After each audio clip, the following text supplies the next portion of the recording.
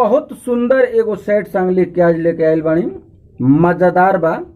सुनौला के बाद बताए कौना ट्रैक पे बा। आप सुन के एकदम दिल गदगद हो जाए ऐसन मैटर बा। तो ले सुनल जा। सुनावे से पहले एगो छोटा सा रिक्वेस्ट बा, हम अपना चैनल पर ऐसे सुंदर सुंदर गाना लिख के लेके आई ना।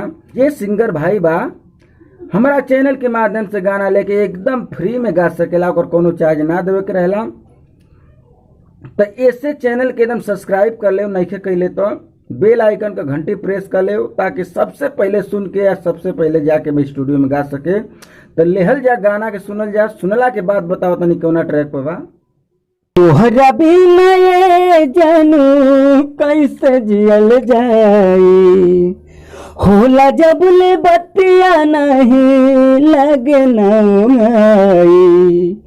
तोहरा बिना ये जान कैसे जियल जाई, होला जब ले बात ना लागे नाई। पाके पियावा की बहिया में आबाद रहिया हो, जाके ससुरा हमरा तो प्यार से आजाद रहिया हो, जाके ससुरा में हमरा तो प्यार से आजाद रहिया हो। तो भाई लोग ये गाना एकदम न्यू ट्रैक पर बा। जेके गावे के बाद के खुद का ट्रैक बनवावे के पड़ी। अब बनवा के गावल जा। गारंटी देत बानी हम कि गाना मार्केट में गर्दा मचा दी। तो लेहल जा अंतरा वहू से टाप बा, सुनल जा।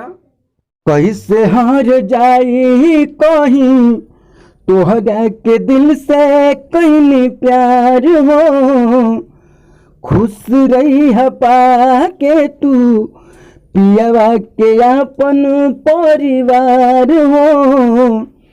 कैसे हार जाई कहीं तोहरा के दिल से कहीं प्यार हो, खुश रही है पाके तू पियावा के अपन परिवार हो।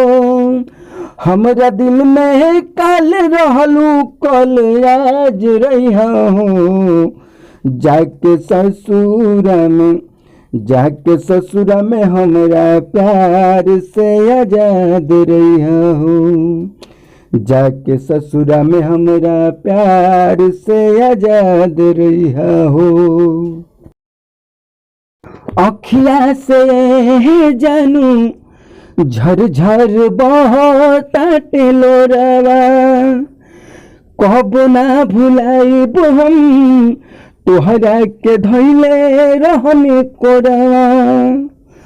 अखिया से जानू झर झर बहताटे लोरावा, कब ना भुलाइब हम तोहरा के लेहले रहनी कोरवा।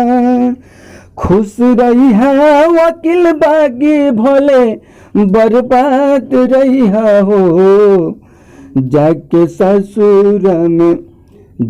ससुरा में हमरा प्यार से आजाद रही हो, जाके ससुरा में हमरा तो प्यार से आजाद रही हो।